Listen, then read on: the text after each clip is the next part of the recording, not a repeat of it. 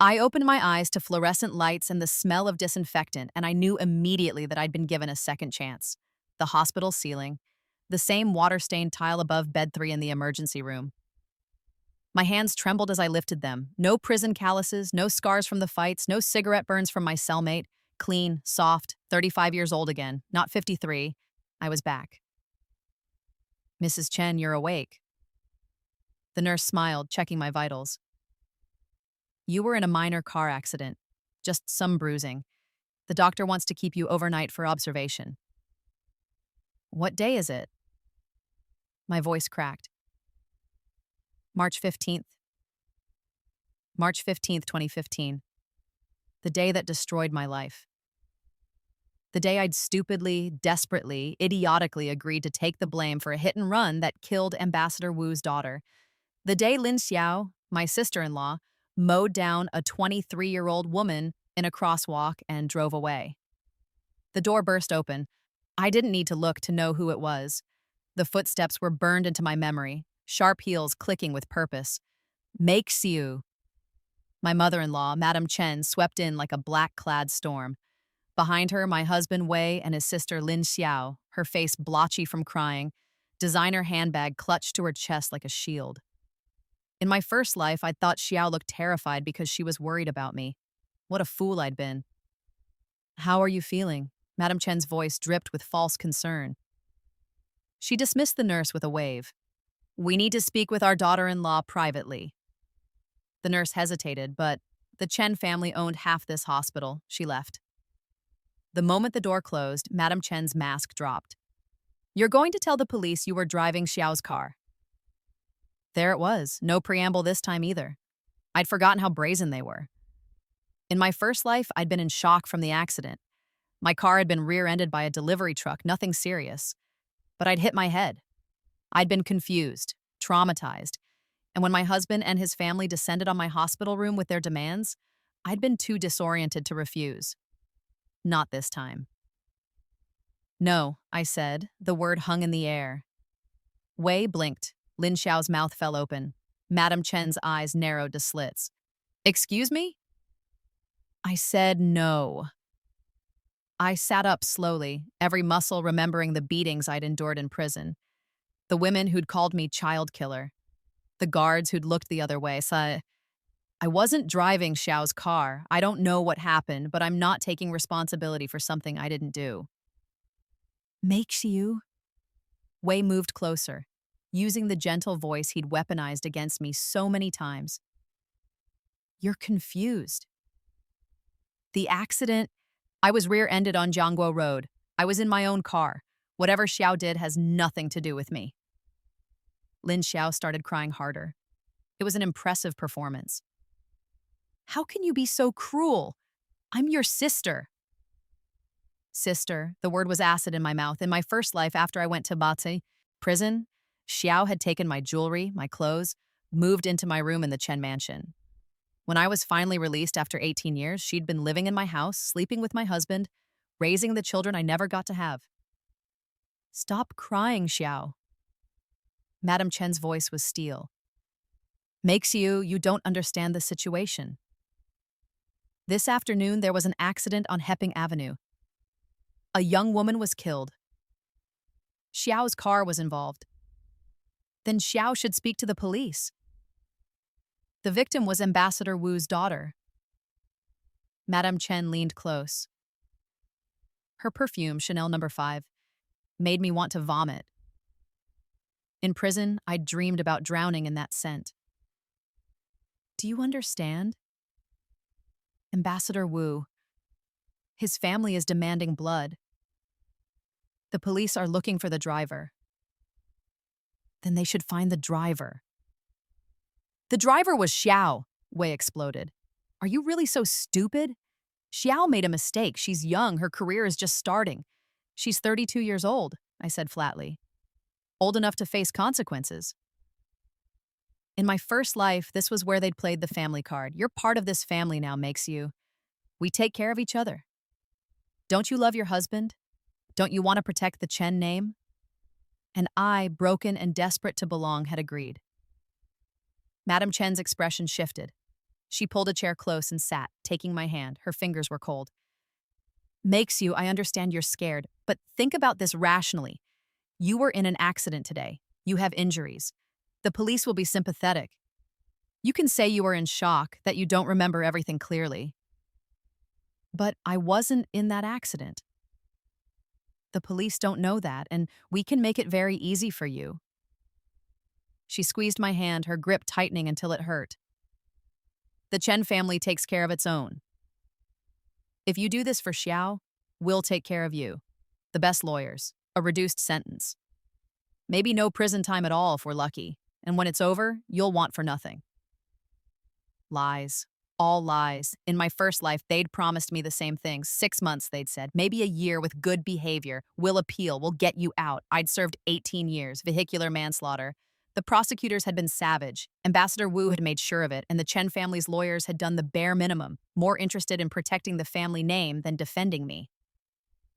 And if I refuse? I asked. The room temperature dropped 10 degrees. If you refuse, Madam Chen said softly, you'll regret it. You have no family, Meichu. Your parents are dead. You have no siblings, no friends outside this family. Everything you have, your home, your position, your marriage, comes from us. Wei nodded. I love you, Meichu, but family comes first. If you won't help my sister, I'll have no choice but to reconsider our marriage. There it was, the threat I'd caved to the first time. The fear that had ruled my life. That without the Chen family, I was nothing. Just an orphan who'd gotten lucky enough to marry rich. But I'd learned something in 18 years of hell. I learned it in the prison yard, in the darkness of my cell, in the moment I died alone in a charity hospital bed with not one person who loved me at my side. I'd never had anything from the Chen family worth keeping. Get out, I said. Lin Xiao gasped. Wei looked like I'd slapped him. Madam Chen's face could have been carved from ice. You're making a mistake, she said. The only mistake I made was marrying into this family. Now get out before I call security. Madam Chen stood slowly.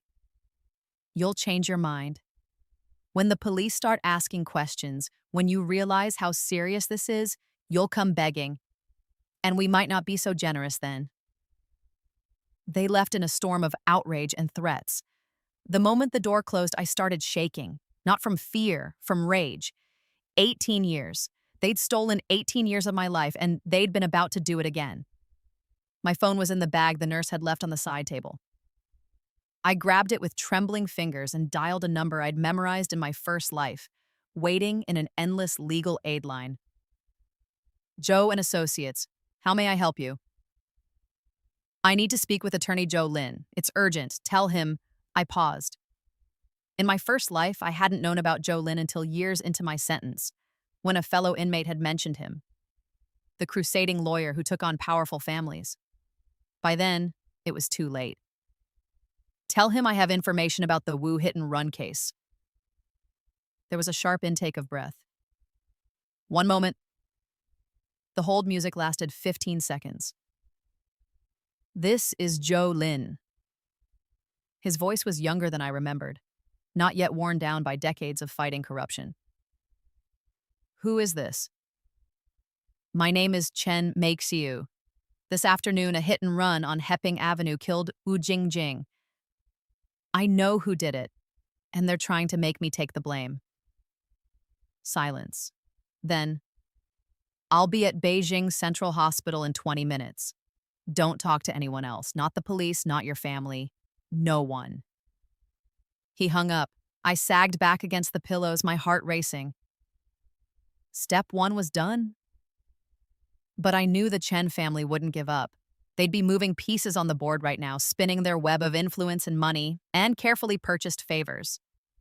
In my first life, I hadn't known about the Dashcam footage until my appeals lawyer mentioned it years later. A private security camera outside a small electronics repair shop on Heping Avenue had captured everything. The shop owner, a stubborn old man named Mr. Feng, had tried to give the footage to the police, but it had mysteriously gone missing. The police report never mentioned it. The prosecutors claimed no additional evidence existed. But Mr. Feng had kept a backup. He'd tried to bring it forward during my trial, but the Chen family's lawyers had blocked him, claimed he was senile, that the timestamp was wrong, that the footage was inadmissible. By the time my appeals lawyer tracked him down, Mr. Feng had died. His shop had been demolished. The backup drive was lost. This time, I knew exactly where it was. And I had 17 hours before the Chen family thought to erase it. I waited until the night nurse finished her rounds, then slipped out of bed. My body ached. The car accident had left me bruised, but I'd survived worse. Prison yard beatings made hospital bruises feel like nothing. I dressed quickly in the clothes from my locker and walked out like I belonged there. The Chen family owned this hospital, but they didn't own every employee. Not yet. The taxi dropped me at Hepping Avenue at 11 p.m. The street was empty, marked off with police tape. Ambassador Wu's daughter had died at 3 p.m. The Chen family would have paid their first visit to Mr. Feng's shop sometime tomorrow, after they secured my confession.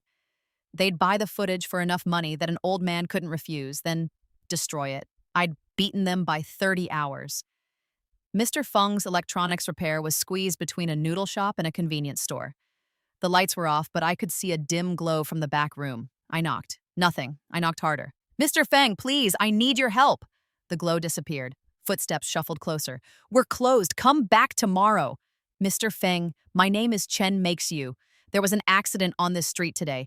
A young woman died. Your security camera recorded it." The footsteps stopped. "Mr. Feng, please, I'm begging you. They're going to blame me for what happened. I wasn't even there, but they're going to destroy me. I know your camera captured the truth. Please." The locks clicked. The door opened a crack, revealing a weathered face and suspicious eyes. "Who are you?" "Someone who's about to lose everything if you don't help me." He studied me for a long moment, then opened the door wider. "Come in, quickly." The shop was cramped, every surface covered with electronics in various states of repair. Mr. Feng led me to the back room where a bank of monitors showed grainy footage from several security cameras. "I saw it happen," he said quietly.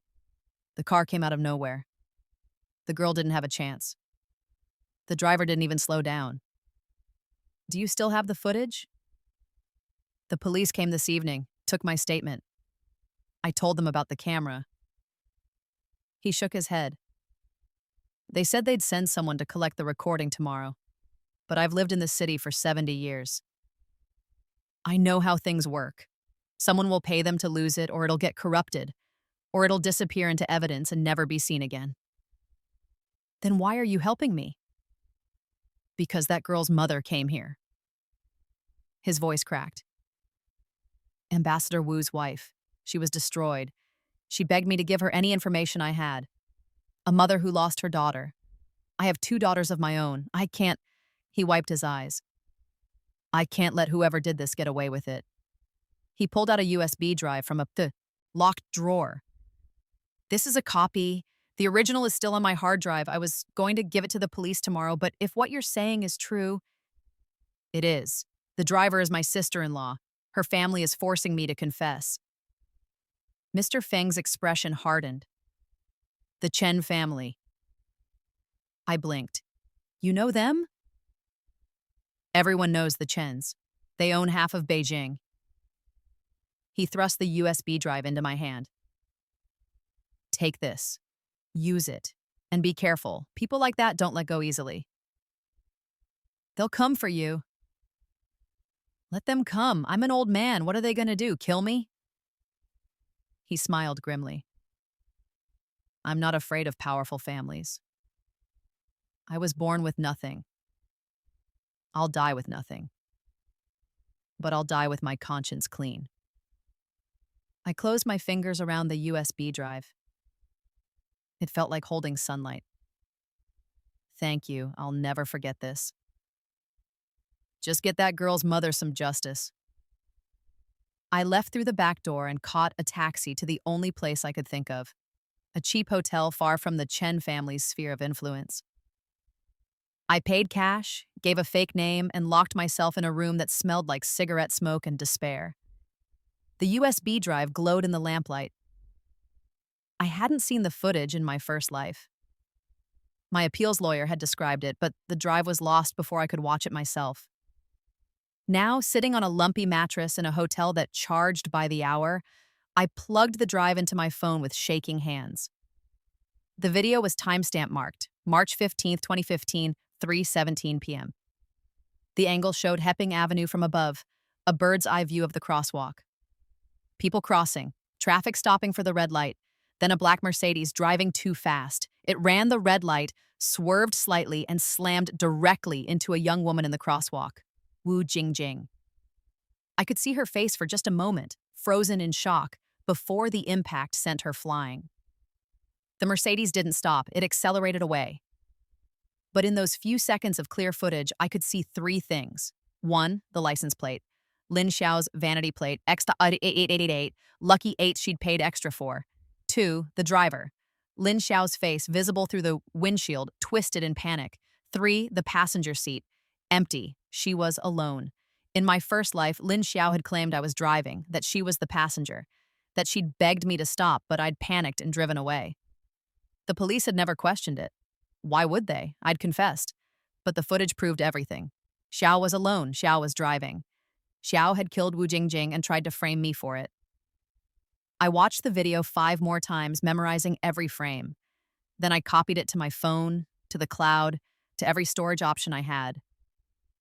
The Chen family could destroy the USB drive, but they couldn't destroy digital copies scattered across multiple platforms. My phone rang at 2 a.m. Wei, I answered. What? Where are you? He sounded frantic. You left the hospital, we went back to talk to you, and you were gone. I'm somewhere you can't manipulate me. Makes you, please, just come home. We can figure this out together. There's nothing to figure out. Xiao killed someone. She should face the consequences. She didn't mean to, his voice rose. It was an accident. She's devastated. Then she should confess and accept her punishment like an adult. You don't understand how serious this is. Ambassador Wu is calling for blood. If Xiao goes to prison, then she goes to prison, like I would have. Silence. Then carefully, what do you mean, would have? I'd said too much. In my first life, I'd been too trusting. This time, I needed to be smarter. I mean, I'm not taking the blame for your sister's crime. Goodbye, Wei. I hung up and turned off my phone. Sleep didn't come. Every creak of the building made me jump. Every pair of footsteps in the hallway made my heart race. The Chen family had resources I couldn't match. Money, influence, connections to everyone from the police to the courts to the city government. But I had something they didn't. I had the truth. At 9 a.m., I met Zhou Lin at a coffee shop in a busy district surrounded by enough people that the Chens couldn't make a scene. Attorney Zhou was 38, sharp-eyed, with the kind of intensity that came from fighting uphill battles for a living. Tell me everything, he said. I did. I told him about the Chen family's demands, about Lin Xiao's crime, about their threats. I didn't mention the rebirth, that would sound insane, but I told him I suspected Xiao was the driver and that I'd obtained evidence proving it. When I showed him the dashcam footage on my phone, his expression went cold. This is clear evidence of vehicular manslaughter, possibly vehicular homicide given the circumstances. He watched the video 3 times. This footage alone could put Lin Xiao away for 8 to 15 years. The Chen family will try to bury it. They have connections everywhere. Let them try. Zhou Lin's smile was sharp. I've been waiting for a case like this. The Chen family has operated above the law for too long. Ambassador Wu wants justice for his daughter. The media is already circling. If we move fast, we can create enough public pressure that even the Chen's connections won't save them. What do I need to do? First, make a statement to the police. With me present. Tell them everything. The Chen family's coercion, your knowledge of Lin Xiao's guilt, and present this footage as evidence. Second, we go public. I have contacts at several news outlets. Once this story breaks, the Chens won't be able to suppress it. They'll destroy me. They'll try.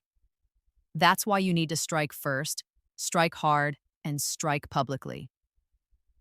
He leaned forward. Mrs. Chen, I won't lie to you. This will be brutal. The Chen family will use every weapon they have. They'll smear your reputation, threaten you, possibly even try to harm you physically. Are you prepared for that?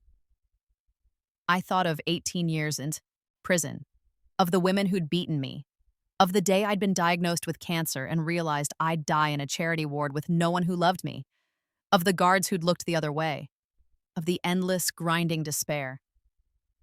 I'm prepared, I said. We went to the police station at noon. Joe Lin had called ahead, demanding a meeting with the chief investigator on the Wu hit-and-run case. The station was chaos, reporters everywhere, officers rushing past, phones ringing constantly. Ambassador Wu's daughter was headline news.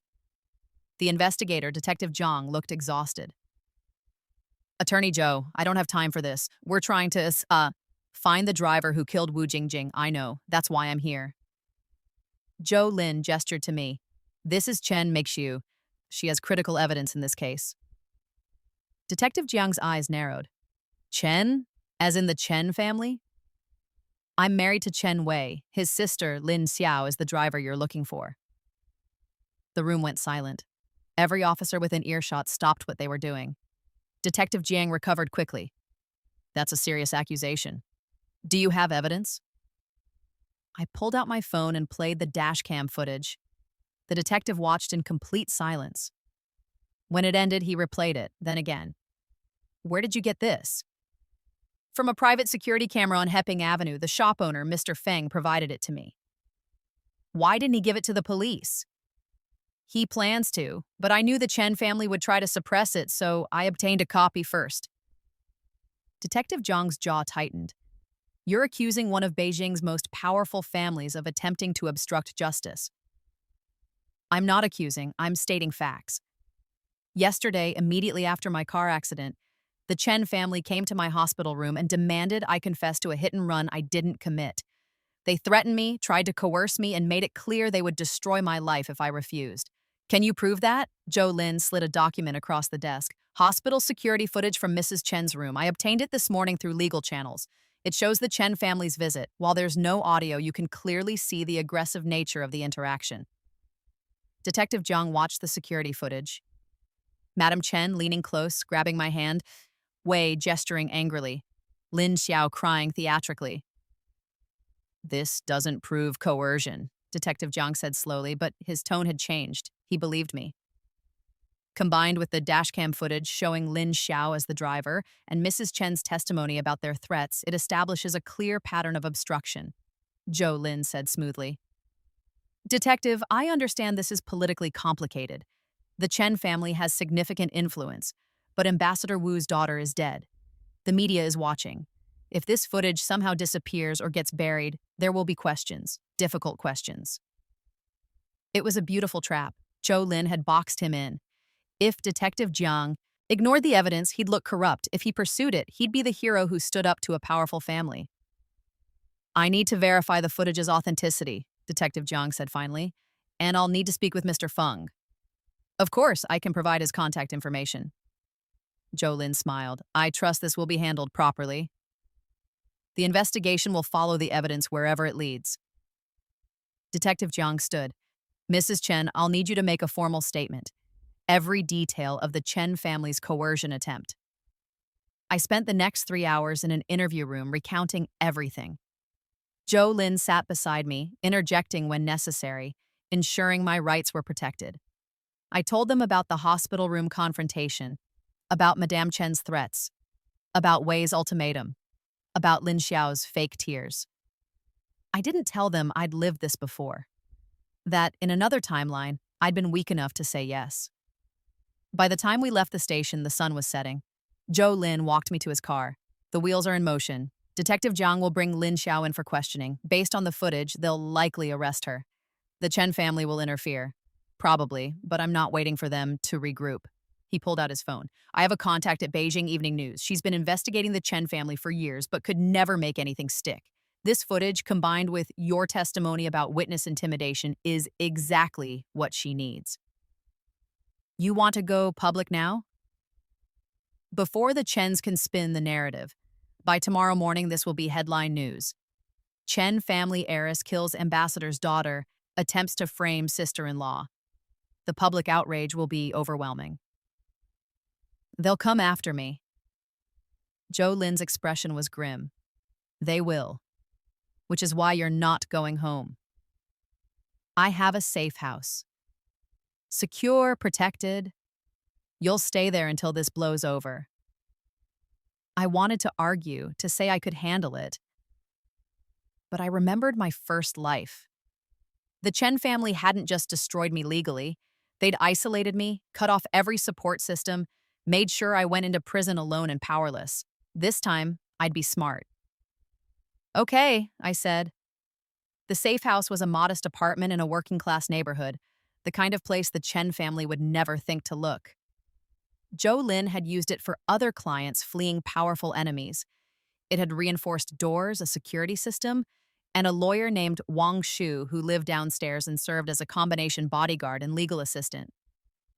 No one knows about this place except my most trusted associates, Joe Lynn said, handing me the keys. Stay inside. Don't contact anyone from your old life. Food and supplies are in the kitchen. Wang Shu will check on you daily. How long? Until Lin Xiao is arrested and charged. Once she's in custody, you'll be safer. The family's leverage decreases significantly when their primary goal becomes defending her, not silencing you. Left. The apartment was silent except for the hum of the refrigerator. I sat on the couch and finally let myself feel the weight of what I'd done. In one day, I'd destroyed my marriage, made enemies of one of Beijing's most powerful families, and put myself in the crosshairs of people who could make me disappear. In my first life, fear of this exact moment had made me confess, but I'd already lived through the worst they could do. Prison had nothing left to teach me about suffering. My old phone, the one I'd turned off, had 73 missed calls when I powered it on briefly to check.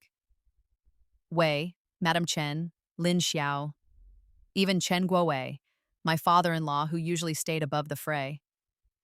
17 voicemails, each more threatening than the last. I deleted them without listening and turned the phone back off. Joe Lin's journalist contact, a woman named Liu Yan, called him at 11 p.m. I heard his side of the conversation through the thin walls. Yes, she's secure. No, the Chen family can't reach her. Run it. Front page. I'm sending you the dashcam footage now. Liu Yan, this is the story you've been waiting for. The Chen family finally made a mistake they can't buy their way out of. I didn't sleep that night. Every sound made me think of Chen family enforcers breaking down the door, but the hours passed quietly and dawn came without incident. At 6 a.m., Joe Lin arrived with a stack of newspapers. You're famous, he said. The headline was 3 inches tall. Chen Harris flees scene after killing ambassador's daughter. Family attempts cover-up. Below it, a still from the dashcam footage. Lin Xiao's face, captured clearly through the windshield, her mouth open in panic as she struck Wu Jingjing. The article was devastating. Liu Yan had woven together everything: the dashcam footage, the timeline, my testimony about the coercion attempt, quotes from Detective Jiang confirming the investigation, and even background on the Chen family's history of legal troubles that had mysteriously disappeared. Every major news outlet in Beijing is running this story, Joe Lin said. The Chen family's phones must be ringing off the hook. What about Lin Xiao? Detective Jiang arrested her at 5 a.m. She's in custody now. He showed me his phone, a news alert. The charges are vehicular manslaughter and leaving the scene of an accident. The prosecutor's office is also considering charges against the family for obstruction of justice. I stared at Lin Xiao's mugshot.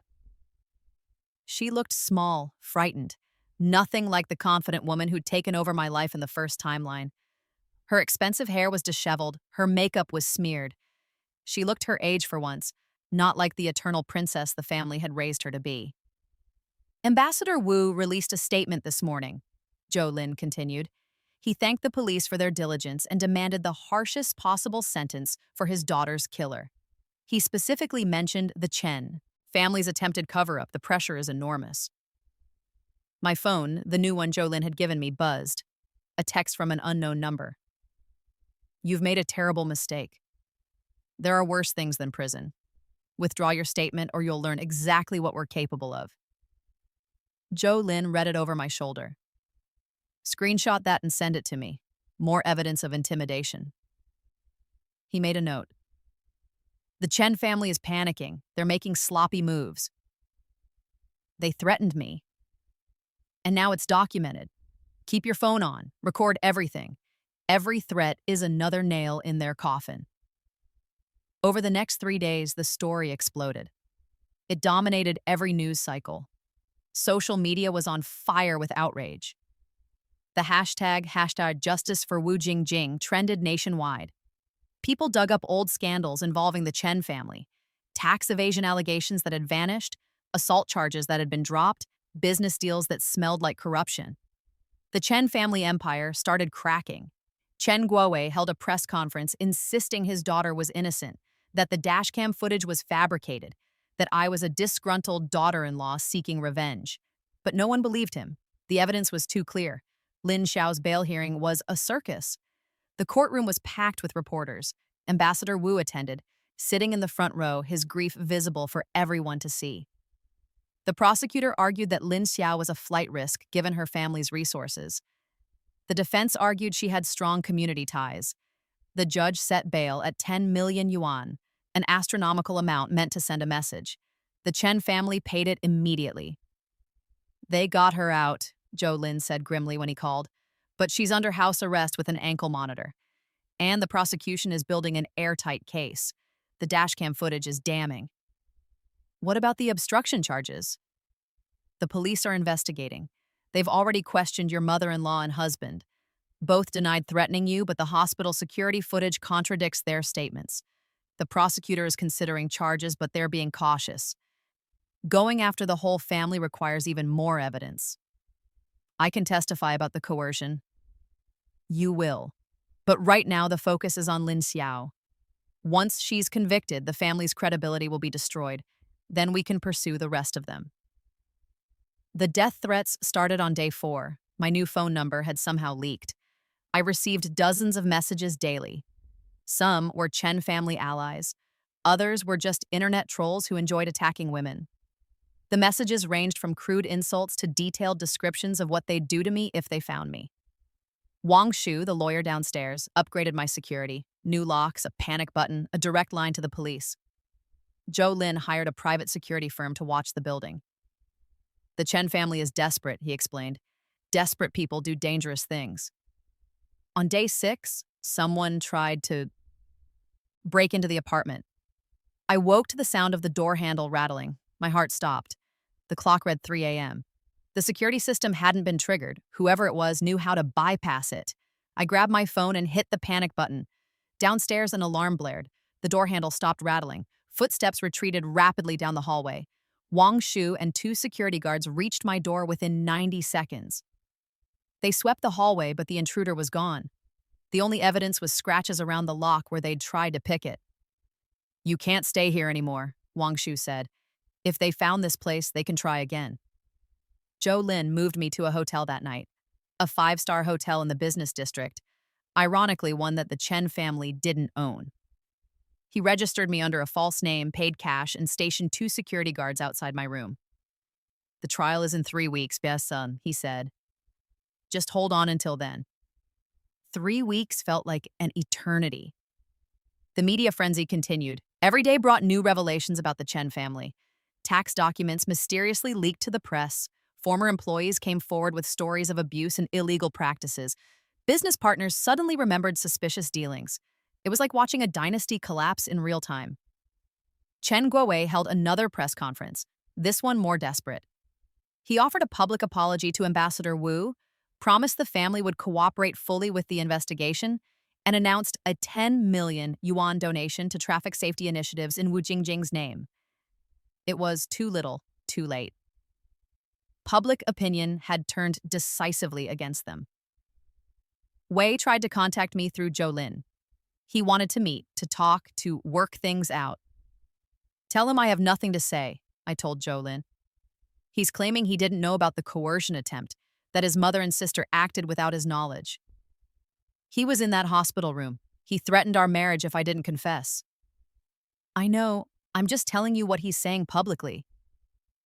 Joe Lin shook his head. The family is fragmenting.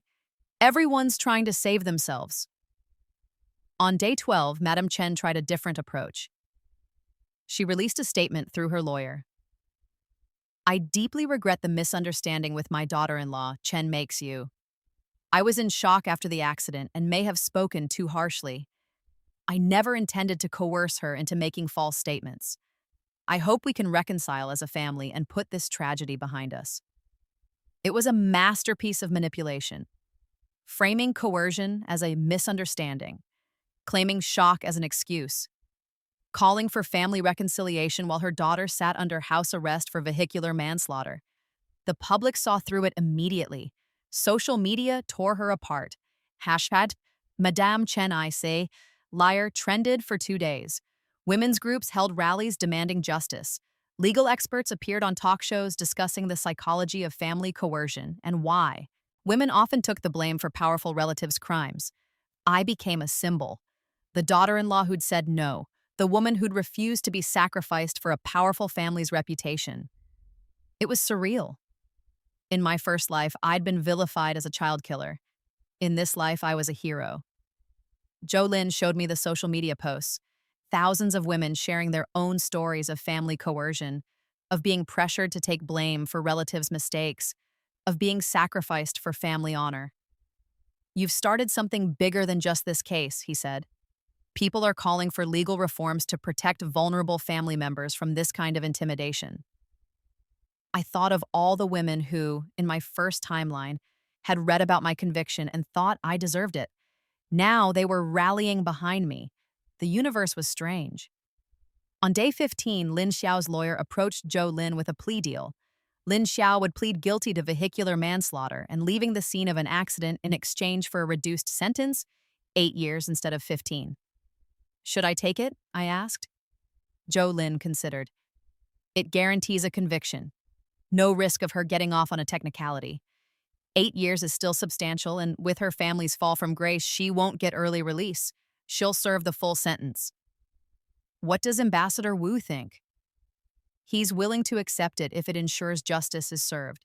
His priority is conviction, not revenge. Then I agree. The plea deal was announced 3 days later. Lin Xiao would plead guilty. The trial would be a formality. The judge would sentence her based on the agreed terms. The news sent shockwaves through Beijing's elite. The Chen family's golden daughter, the one they tried to protect at all costs, was going to prison. The obstruction charges came the next day. The prosecutor's office announced that Madam Chen and Chen Wei were being charged with attempted obstruction of justice and witness intimidation. The evidence included the hospital security footage, recorded phone calls, my new phone had documented every threat, and testimony from hospital staff who'd witnessed the confrontation. The charges carried a maximum sentence of 3 years each. The Chen family empire was in freefall. Investors pulled out of Chen Enterprises, business partners severed ties, banks called in loans. The family that had seemed untouchable 3 weeks ago was being dismantled piece by piece. Chen Guowei suffered a heart attack on day 21. He survived, but the news footage showed him being loaded into an ambulance looking 20 years older than his age. I felt nothing watching it. In my first life, this man had visited me exactly once in prison, to tell me I was a disappointment to the family and that Wei was divorcing me. He'd shown no mercy then. I had none now. The plea hearing was scheduled for day 23.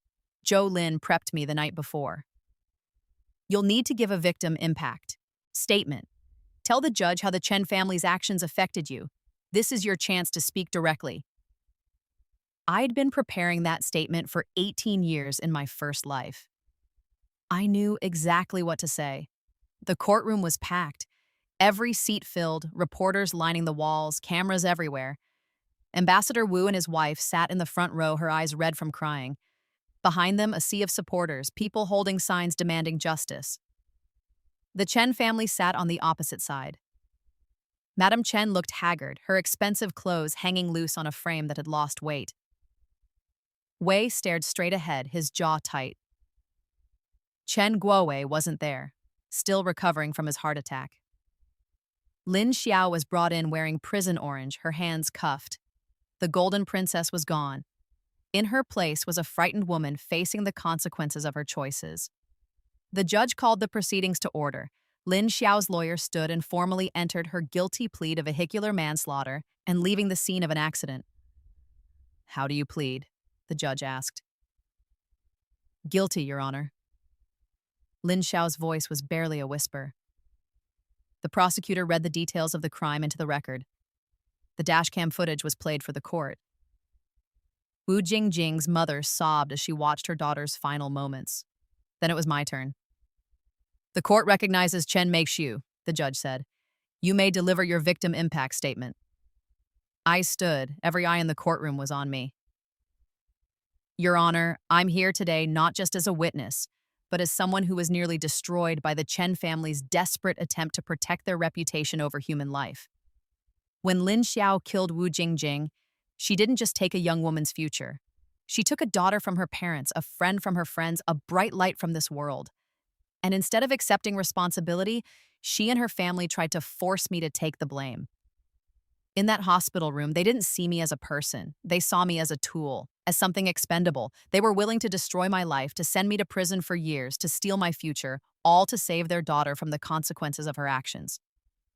I have no family, Your Honor. My parents are dead. I have no siblings. The Chen family was all I had, and they were willing to sacrifice me without a second thought. If I had been weaker, if I had been more afraid, I would have confessed. I would have taken the blame, and Lin Xiao would be free today, while I rotted in prison for a crime I didn't commit. This isn't just about one hit and run. It's about a pattern of behavior where powerful families believe they're above the law, where the weak and vulnerable are expected to fall on their swords for the privileged. I'm standing here today because I said no. But how many others have said yes? How many people are in prison right now because their powerful families forced them to take the blame? Wu Jingjing deserves justice. Her family deserves justice. And every vulnerable person who's ever been pressured by a powerful family deserves to know that the law will protect them. I ask the court to send a clear message. No family is above the law. No one's reputation is worth more than human life. And those who try to obstruct justice will face consequences. I sat down. The courtroom was silent. Even the reporters had stopped typing. The judge nodded slowly. "Thank you, Mrs. Chen." Ambassador Wu spoke next. His statement was shorter, more raw. He talked about his daughter's dreams, her kindness, the future she'd never have. He talked about the pain of losing a child and the betrayal of watching the Chen family try to cover it up. When he finished, he looked directly at Lin Xiao. "I hope you think of my daughter every day in prison. I hope you remember that your actions killed a real person, not just an inconvenient witness to your recklessness." Lin Xiao was crying silently, her shoulders shaking. The judge delivered the sentence: 8 years in prison with no possibility of parole for the first 5. Additionally, Lin Xiao was ordered to pay 5 million yuan in restitution to the Wu family and to serve an additional 2 years of community service upon release. "This court hopes this case serves as a deterrent," the judge said. "Vehicular manslaughter is not a mistake to be covered up. It is a crime with profound consequences. And those who attempt to obstruct justice will find that the law has a long reach, regardless of their wealth or connections." Lin Xiao was led away, still crying. The Chen family sat motionless, their dynasty in ruins. Outside the courthouse, reporters mobbed us. Cameras flashed, microphones were thrust in my face. "Mrs. Chen, how do you feel about the verdict? Are you satisfied with the sentence? Will you reconcile with your husband? What's next for you?" Zhou Lin fielded most of the questions, but I took one microphone and said simply, "Justice was served today. I hope this case encourages others in similar situations to speak up and refuse to be scapegoats for powerful families." The clip played on every news channel that night. The obstruction charges against Madam Chen and Wei went to trial 2 weeks later. The evidence was overwhelming. The hospital security footage, the recorded phone calls, testimony from hospital staff, and my detailed account of their threats. They were each sentenced to 2 years in prison and fined 500,000 yuan. The Chen family empire collapsed entirely within 3 months. Their construction company filed for bankruptcy. Their real estate holdings were seized to pay debts. Their political connections, once so valuable, evaporated as allies rushed to distance themselves from the scandal. Chen Guowei survived his heart attack but retired from public life, a broken man watching his legacy crumble. Wei tried to contact me one final time before he reported to prison. He sent a letter through, Zhou Lin.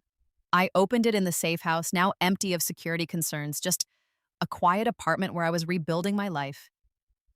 Makes you, I know you won't forgive me. I don't deserve forgiveness. You asked me to choose between you and my family, and I chose wrong. I chose them over you, over justice, over everything that mattered. I told myself I was protecting my sister, but really I was protecting my own privilege, my own comfort. I didn't want to face the reality that my family was corrupt, that we'd been living above the law for so long we'd forgotten what accountability meant. You were stronger than all of us. You were braver. You did the right thing when it cost you everything. I'll be in prison for 2 years. It's not enough. No amount of time could balance the scales for what we tried to do to you. But I wanted you to know that I understand now. I understand that I was never worthy of you. I filed for divorce. You'll receive the papers soon. I'm not asking you to contest them. I'm giving you your freedom, which I should have done from the start. I hope you find happiness, real happiness, with people who value you. You deserve so much more than what our family gave you. Wei, I read the letter twice, then burned it in the sink. He was right about one thing. I deserved better. The divorce was finalized 3 months later. I got the apartment we'd shared, which I immediately sold, half of Wei's assets, which I donated to traffic safety organizations, and my freedom. I changed my name back to my maiden name, Lin Makes You. I wanted nothing connecting me to the Chen family. Zhou Lin helped me find a job at a nonprofit that supported vulnerable women in legal battles with powerful families. My story had made me a spokesperson for reform. I used that platform to push for stronger laws protecting family members from coercion. Ambassador Wu and his wife reached out to thank me personally. We met for tea, and Mrs. Wu held my hands across the table. "You gave us justice," she said, tears in her eyes. "You didn't let them erase our daughter. Thank you." I thought of my first life, where Wu Jingjing's death had been blamed on a nobody orphan who went to prison and was forgotten. Where Lin Xiao had lived free and happy, the real killer protected by family wealth. "Your daughter deserved justice," I said. I just made sure she got it. A year after the trial, I visited Lin Xiao in prison. I don't know why I went. Closure, maybe. Or curiosity about how the Golden Princess was handling life behind bars. She looked nothing like the woman who'd cried theatrically in my hospital room. Prison had stripped away all the polish. Her hair was cut short and plain. Her skin was pale from lack of sunlight. She'd lost weight, but not in a glamorous way. She looked gaunt, exhausted. She sat across from me in the visitation room, her hands folded on the table. "Why are you here?" she asked quietly. "I wanted to see you." "To gloat?" "No, to understand." She laughed bitterly. "Understand what? How a spoiled rich girl got exactly what she deserved? I want to understand why you ran, why you let your family try to frame me, why you thought you could just walk away from killing someone." Lin Xiao was quiet for a long moment. "I panicked. I saw her in the crosswalk and I hit the brakes, but it was too late. And then she was just there, on the ground, not moving. And I panicked." "So you drove away?" I drove away. I called my mother. I told her what happened, and she told me to come home, that she'd handle it." Xiao looked at her hands. "I knew it was wrong. Even then, I knew. But I'd never faced real consequences for anything in my life. My family always fixed my problems. And I convinced myself this would be like all the other times." "What about me? Did you think about what would happen to me?" "Honestly?" Xiao met my eyes. "No, not really. You were just there, an easy solution. Someone with no family, no power, no one to protect you. My mother said you'd get a good lawyer, that you'd probably get probation, that we'd take care of you financially. I convinced myself it wouldn't be that bad for you. It would have destroyed my life. I know that now. Xiao's voice cracked. I think about it every day. What I did to you, what I tried to do to you. I was a monster. Yes, I said simply. You were. She flinched like I'd hit her.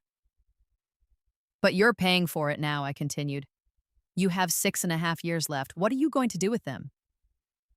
Survive? Try to become someone better? I'm taking classes, education programs. I'm not the same person I was. Good, because that person was terrible. Lin Xiao laughed again, sharper this time.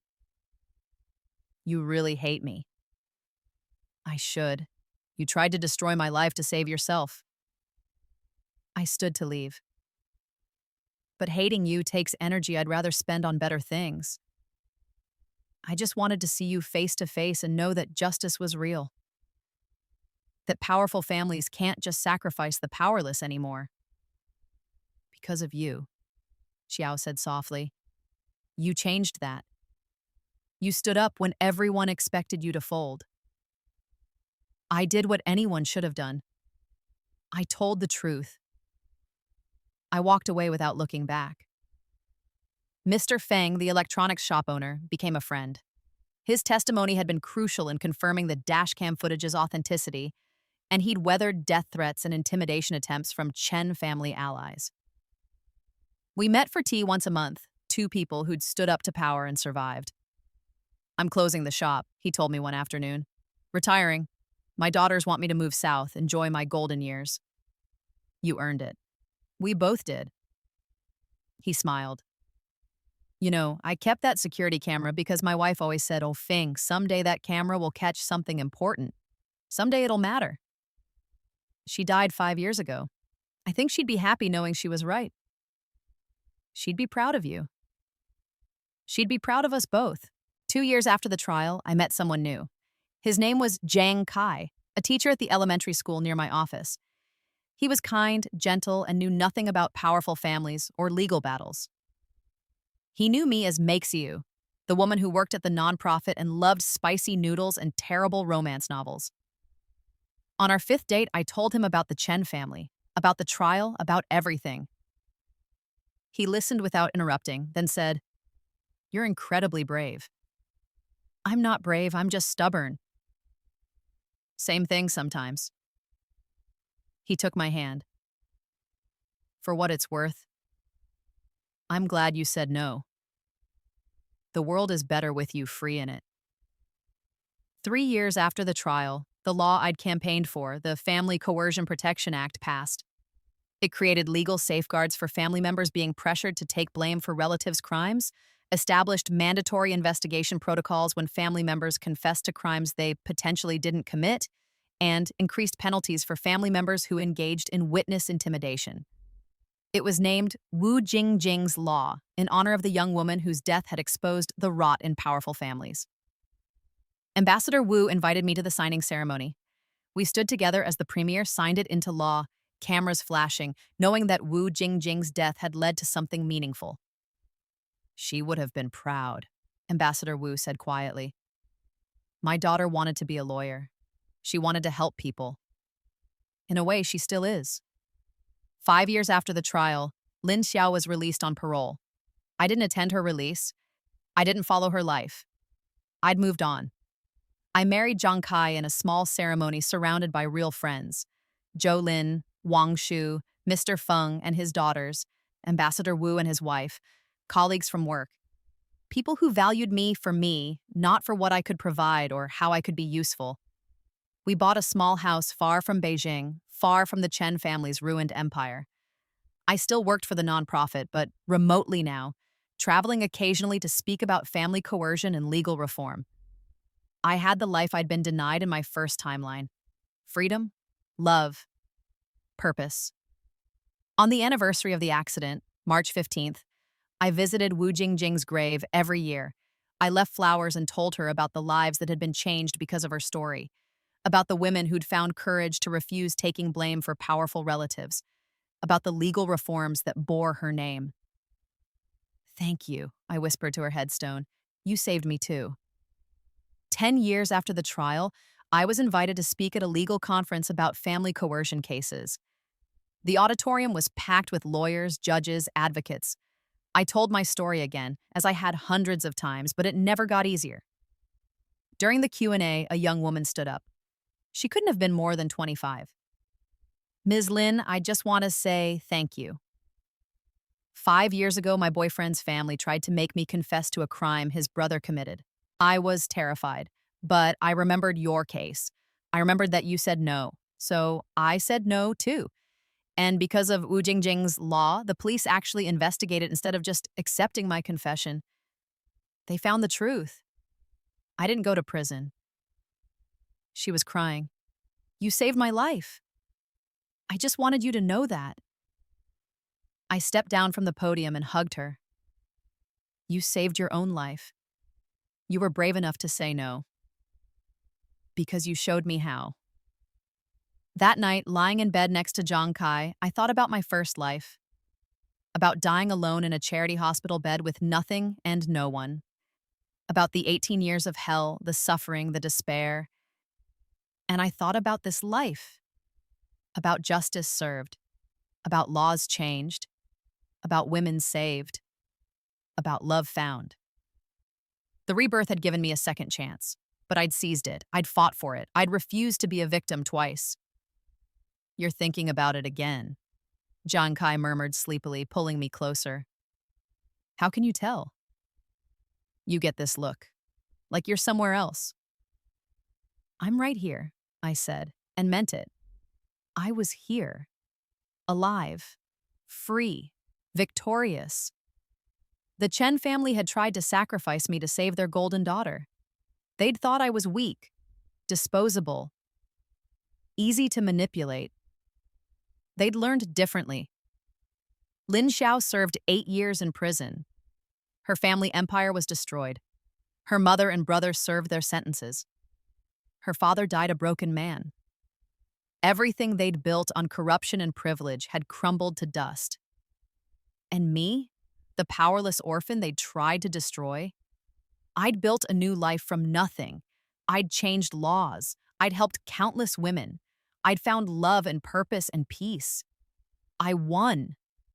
Not because I was powerful or wealthy or connected, but because I knew the truth and refused to let it be buried. In the end, that was the only weapon I'd needed. The truth and the courage to speak it. On my 45th birthday, Zhang Kai surprised me with a small gathering. Zhou Lin was there, now semi-retired but still taking on occasional cases. Wang Shu, who'd become a close friend. Mr. Feng's daughters, carrying on their father's legacy. Ambassador Wu, now elderly but still sharp. And dozens of others, women I'd helped, lawyers I'd trained, advocates who'd taken up the cause. Make a wish, Zhang Kai said, holding out the cake. I closed my eyes. In my first life, I died at 53, alone and forgotten.